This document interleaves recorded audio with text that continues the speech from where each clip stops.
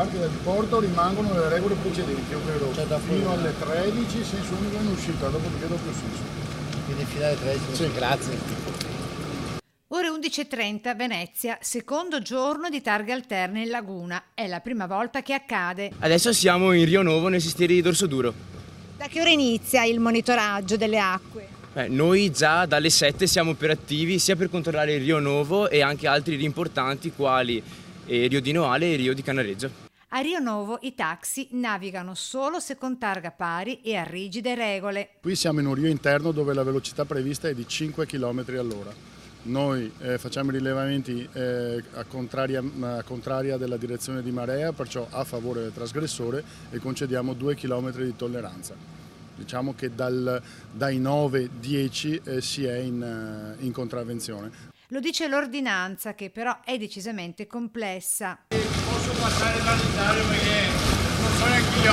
Ancora tanti gli interrogativi dei motoscafisti. Le domande più frequenti riguardano sicuramente su che giorni possono passare a seconda della targa che hanno, ovviamente i giorni pari, le targhe con il numero pari ovviamente. Ed ecco il tanto temuto ed infallibile telelaser. Stiamo lavorando con un telelaser modello Trucam, che è quello che viene utilizzato dalla polizia stradale, che utilizziamo anche sulla strada.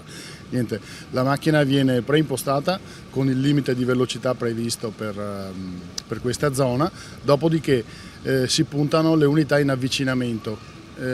Istantaneamente parte un raggio laser dal telelaser che misura distanza e velocità del mezzo. Le sanzioni sono previste dal regolamento comunale, sono di 150 euro per quasi tutte le tipologie di natanti, tranne per le natanti da diporto che hanno una normativa a parte e si aggirano attorno ai 170 euro. Ci vuole un po' di rodaggio all'inizio, però comunque già si vede che stanno facendo il loro. Tutti si impegnano per rispettare questo nuovo regolamento.